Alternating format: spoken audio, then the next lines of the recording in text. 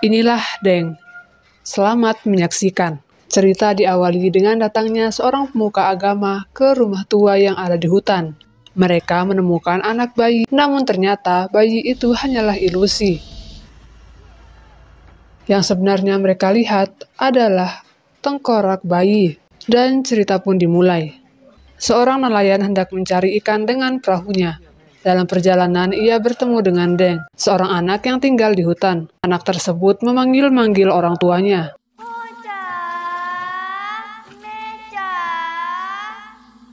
Si nelayan yang takut mencoba menegur Deng dan memintanya agar tak menunjukkan wajah pucatnya. Deng yang tahu si nelayan belum dapat ikan pun menyerahkan makanannya untuk si nelayan. Sontak si nelayan terkejut dan kabur ketakutan setelah melihat tangan Deng yang panjang.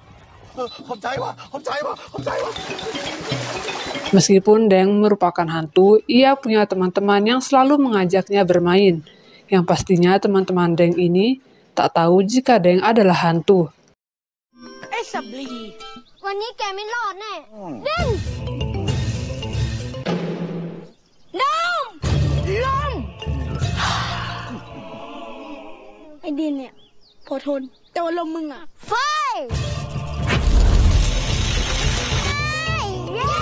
Orang tua di desa tahu jika Deng adalah hantu, namun mereka merahasiakan hal tersebut dari anak-anaknya. Alasannya agar Deng tak kesepian. Setelah semua teman-teman pulang, rumah Deng kembali ke bentuk aslinya.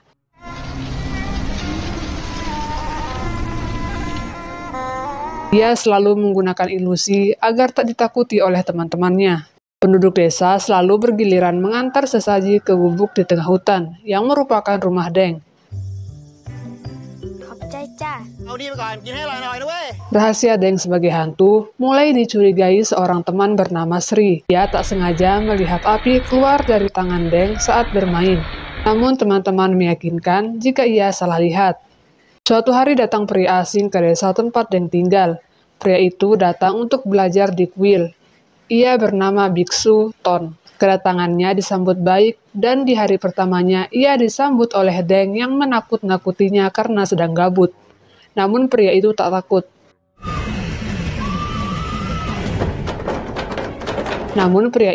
takut. Dan sudah tahu jika itu adalah ulah Deng.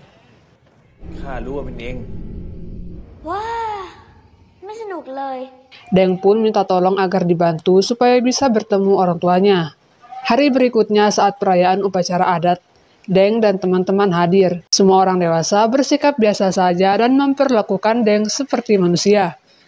Para orang tua terus saling mengingatkan agar mereka merahasiakan jati diri Deng sampai anak mereka siap menerima keberadaan hantu Deng kelak. Di antara semua teman-temannya, Deng paling dekat dengan gadis kecil bernama Mali. Hal itu membuatnya sering dicandai teman-teman lainnya. Saat yang tua sibuk mendirikan bangunan, Sri tak sengaja melihat tangan panjang Deng menangkap palu yang hampir jatuh mengenai orang. Namun karena kejadian begitu cepat, Sri tak terlalu menanggapi. Dan pulang dari acara, Sri kembali mengingat kejadian tadi. Ia pun memberitahu teman-temannya. Namun tak ada yang percaya.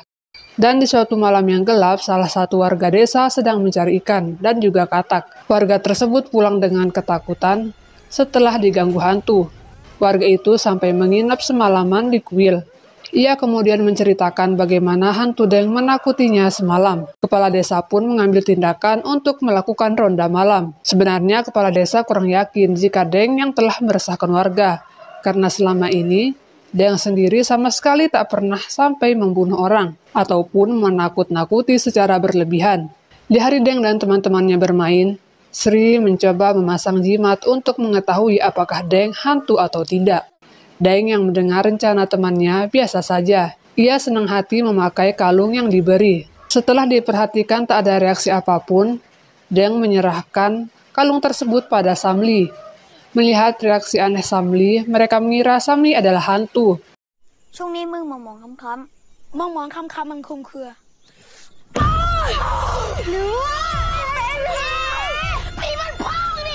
Namun kecurigaan itu berakhir setelah mereka tahu jika Samli menginjak duri.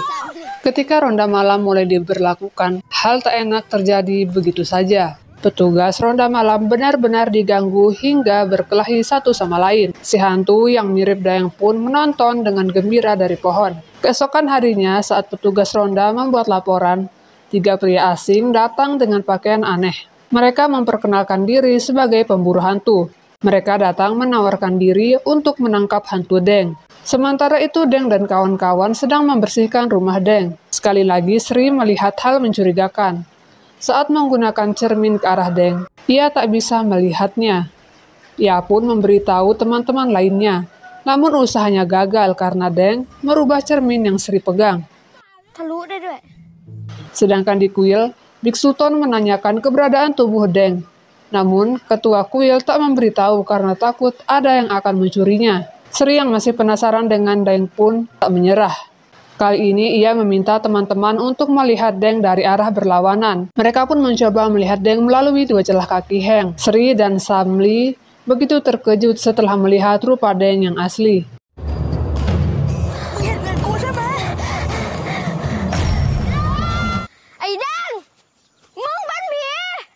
Mereka pun mengajak Mali pergi. Namun Mali tak menghiraukan perkataan temannya. Ia pun marah karena teman-teman menyebut Deng hantu.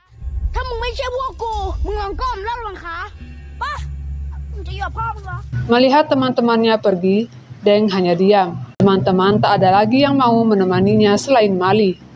Malamnya Deng menemui Biksu Ton. Mereka bertemu di hutan.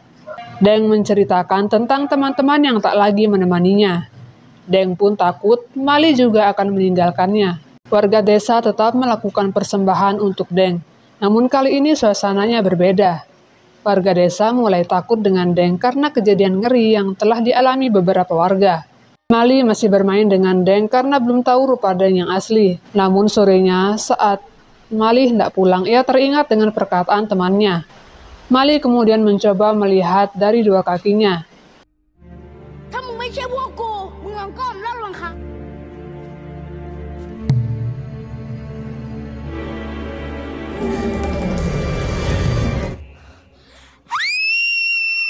Ia pun terkejut setelah mengetahui rupa Deng yang asli. Deng pun bersedih karena kini ia sudah tak punya teman. Meski tak lagi bermain dengan Deng, Mali terus memikirkannya karena Deng juga adalah teman yang baik, meskipun dia hantu. Di tengah hutan yang gelap, 3 pria aneh yang mengaku sebagai pemburu hantu mulai beraksi. Sebenarnya merekalah yang dari awal membuat keributan di desa. Mereka sengaja melepas hantu baju merah seperti Deng agar warga takut. คืนนี้มึงต้องออกไปอาละวาดอีกเอาเนี่ยจัดให้หนักเฮ้ยคืนนี้ในหมู่บ้านพระโขนง Mereka ingin menangkap Deng untuk dijadikan salah satu koleksinya. Deng yang merasa kesepian, kemudian meminta Biksu Ton untuk mengantarkannya menemui orang tuanya. Biksu pun meminta agar Deng memberitahu letak tubuh Deng dikubur. Malam ini giliran kepala desa yang ronda. Mereka menyusuri hutan dan dalam perjalanan ada si pemabuk lewat. Si pemabuk bertemu hantu baju merah yang tiba-tiba saja melukainya, dan si pemabuk pun mati. Deng yang melihat pun langsung menyerang hantu merah. Kepala desa yang melihat tubuh seorang terlempar segera mendekat. Deng pun segera berlari ke arah tubuh pemabuk tersebut dengan niat menyelamatkannya. Sayangnya kesalahpahaman terjadi. Kepala desa mengira Deng yang membunuh warga tersebut. Pagi hari saat warga hendak menguburkan salah satu warganya yang mati semalam, para pemburu hantu datang lagi. Kali ini kepala desa mengizinkannya untuk menangkap Deng. ถามผัวมึงดูหน่อยว่าให้คนไปตาย ฉันขออะไรหมออย่างได้ไหมอย่าทำลายวิญญาณในแดงมัน Mali yang mendengar pun segera mengajak teman-teman untuk menyelamatkan Deng. Sedang Biksu Ton mengambil tubuh Deng di bawah pohon besar. Saat warga dan pemburu hantu ke hutan untuk menyaksikan bagaimana mereka menangkap Deng, Mali dan teman-teman ke rumah Deng. Kepala desa pun terkejut saat melihat biksu membawa jasad Deng. Mereka pun menyadari jika selama ini Biksu Ton menyamar sebagai biksu untuk mencuri jasad Deng. Deng yang ada di rumahnya pun terlihat lemah karena tubuh aslinya telah diikat oleh pemburu hantu.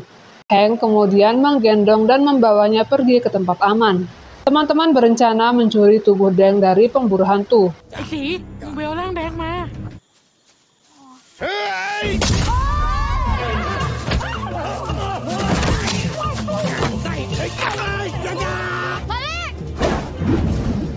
Berkat kerjasama mereka, tubuh asli Deng pun berhasil diamankan. Mereka kemudian membawanya lari ke dalam kuil bersama warga. Sementara itu, seseorang menemukan jasad bayi lain yang terikat. Pria itu pun melepaskan tali yang mengikatnya.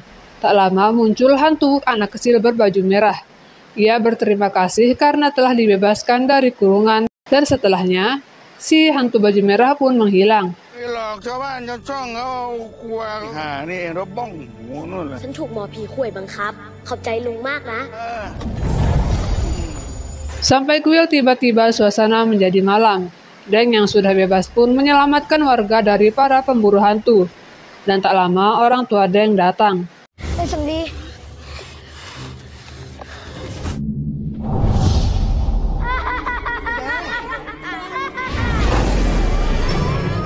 กูอยู่ของกูดีๆ มึงทำให้ชาวบาพระโขนง นึกว่ากูจะกลัวมึงเหรอไอ้ผี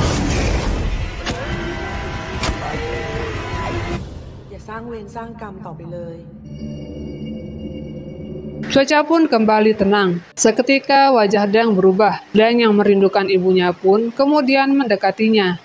Deng pergi bersama orang tuanya. Sebelum pergi, dia berpamitan dengan teman-teman dan juga warga di desa. Deng pergi dengan bahagia karena akhirnya ia bertemu dengan orang tuanya yang selama ini ia rindukan.